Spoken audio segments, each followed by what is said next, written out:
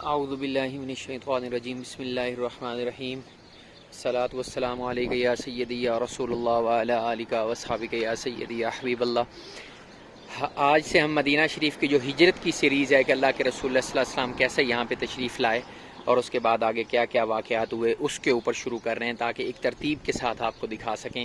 یہ ہے مسجد قباء اور مسجد قباء سے میں آپ کو اس جگہ لے کے جا رہا ہوں جہاں سے مسلمانوں نے سب سے پہلے اللہ کے رسول اللہ صلی اللہ علیہ وسلم کا استقبال کیا کہ جب اللہ کے رسول اللہ صلی اللہ علیہ وسلم مدینہ طیبہ میں تشریف لائے تو استقبال کہاں سے کیا گیا۔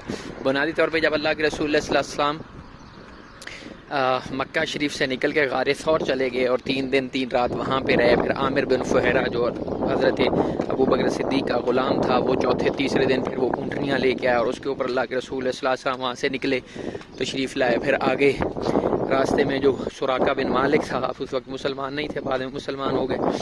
سراقہ بن مالک نے جب وہاں سے پیچھے سے پیچھا کیا، وعلیکم السلام ورحمۃ اللہ وبرکاتہ، وہاں سے پیچھا کیا اور اللہ کے رسول اللہ صلی اللہ علیہ وسلم کے پاس آیا تو اس کی اونٹنی، اس کی جو گھوڑی تھی وہ زمین میں دھنس گئی، پھر معافی مانگی، پھر پیچھا کیا، پھر دھنس گئی۔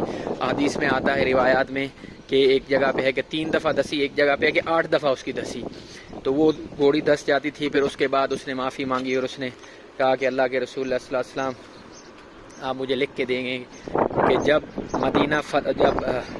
مکہ فتح آپ کریں گے تو اس وقت جو ہے مجھے امان حاصل ہوگی۔ تو عامر بن فہیرہ نے ایک چمڑے کا ٹکڑا دیا اور اس کے اوپر حضرت صدیق اکبر نے تحریر لکھ کے تو اس کو دے دی۔ جب بعد میں فتح مکہ ہوا تو اللہ کے رسول اللہ صلی اللہ علیہ وسلم کے سامنے سراقہ بن مالک جو ہے وہ تحریر لے کے آ گئے اور انہوں نے وہ اس کو مان لیا۔ جب وہاں سے یہ لوگ آگے نکلے تو وہی سراقہ پیچھے لوگوں کو کہا کرتا تھا کہ ادھر سے میں ہویا محمد رسول اللہ کوئی نہیں ہے۔ جب یہ خبر یہاں تک پہنچی مدینہ والوں کی طرف کہ اللہ کے رسول اللہ صلی اللہ علیہ وسلم جو ہیں وہ تشریف لا رہے ہیں، تو وہ لوگ روزانہ نکل کے مدینہ سے، اب مدینہ طیبہ جو ہے وہ پیچھے ہے، یہ قباء مسجد اور قباء سے اس طرف کافی مدینہ ہے آگے، مطلب آدھے گھنٹے کا راستہ ہے پیدل۔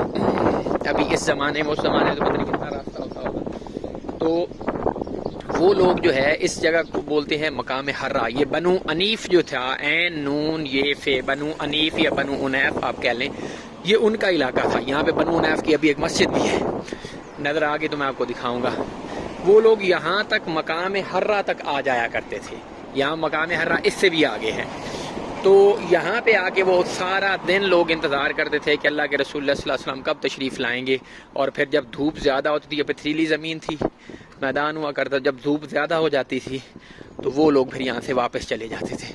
تو ایک دن کرتے کرتے ایسے ہوا، یہ پیچھے آپ کو مسجد قباء نظر آ رہی ہے، کہ ایک دن وہ اسی طرح سے آئے روٹین کے مطابق اور وہ دیکھ کے واپس چلے گئے۔ جب واپس وہ جا رہے تھے تو 2 روایتیں ہیں۔ ایک روایت ہے کہ ایک یہودی جو ہے وہ چڑھ کے کھڑا ہوا تھا کھجور کے اوپر، اپنے کھجور کے پتے جو ہے وہ توڑ رہا تھا، تو اس نے وہاں سے جب دیکھا تو اس نے وہاں سے مسلمانوں کو آواز دی کہ یار وہ جس صاحب کا تمہیں انتظار تھا نا، اللہ کا وہ رسول جو ہے وہ آ گیا۔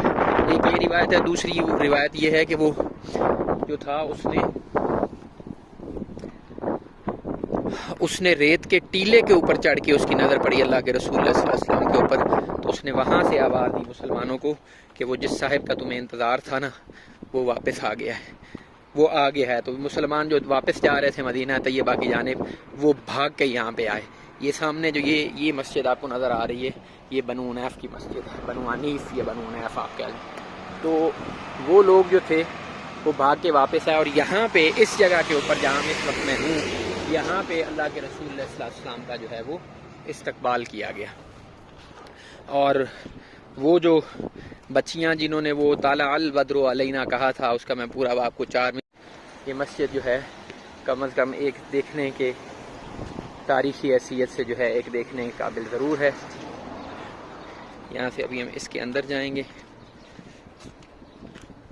یہ مسجد ہے اور یہ ساتھ اس کے چھوٹا سا ایک باغ بنایا گیا ہے، بعد میں ظاہر ہے۔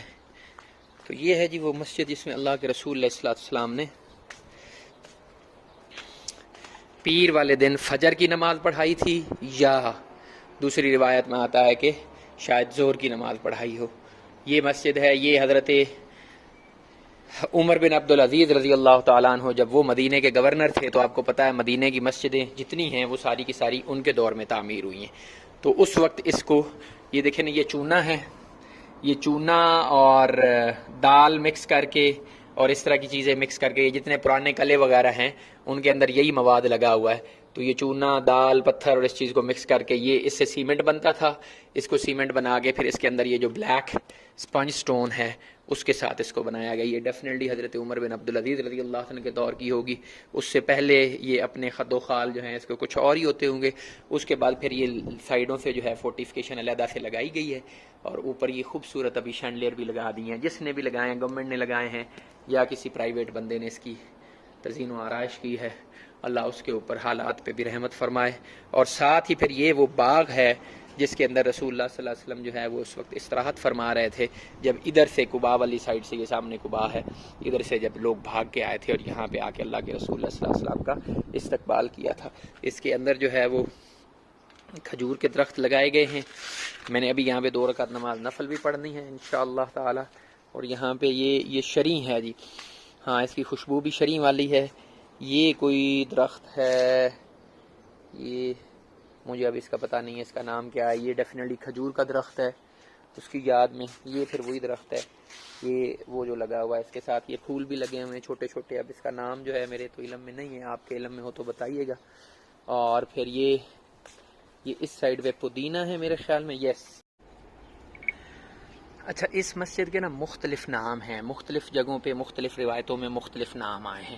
مثلا اس کا ایک نام تو آتا ہے الفجر، مسجد الفجر، جس کی سیدھی روایت یہ ہے کہ اللہ کے رسول اللہ صلی اللہ علیہ وسلم جب یہاں پہ تشریف لائے تو حضرت عبد الرحمن رضی اللہ عنہ سے روایت، حضرت عبد الرحمن بن رغیس اس طرح کا اس کا نام تھا، آپ رضی اللہ عنہ سے روایت ہے کہ اللہ کے رسول اللہ صلی اللہ علیہ وسلم نے سورج طلوع ہونے سے پہلے یہاں پہ اپنی اونٹنی جو قصوہ جس کا نام تھا اس کو بٹھایا اور اس کو بٹھانے کے بعد یہاں پہ فجر کی نماز پڑھی. اس وجہ سے اس کو مسجد الفجر کہا جاتا ہے. اور دوسرا جو اس کا نام ہے وہ ہے مسجد مصبح، اس کو مسجد مصبح بھی کہا جاتا ہے. تو جو پختہ روایت ہے وہ یہی ہے کہ اللہ کے رسول اللہ صلی اللہ علیہ وسلم نے یہاں پہ فجر کی نماز پڑھی. عبد الرحمن رضی اللہ عنہ کی روایت کے مطابق ہمارا جو وولکینک ایریا تھا، جہاں پہ ہماری آتش فشاں والا ایریا تھا، یہاں پہ کیونکہ مکہ مدینہ کے درمیان بہت سارے اگر آپ ٹریول کرتے ہیں تو بہت سارے آپ کو آتش فشاں نظر آتے ہیں. یہاں پہ اللہ کے رسول صلی اللہ علیہ وسلم نے اس وولکینک ایریا میں اپنی اونٹنی کو بٹھایا اور یہاں پہ فجر کی نماز پڑھی. اب 2 نام ہو گئے، مسجد مصبح، مسجد الفجر، اور تیسرا نام ہے اس کا مسجد بنو انیف، کیونکہ یہاں کے لوگ آلریڈی مسلمان ہو چکے تھے اور یہ جو محلہ آپ کو پیچھے نظر آ رہا ہے اس کو بنو انیف کہتے ہیں.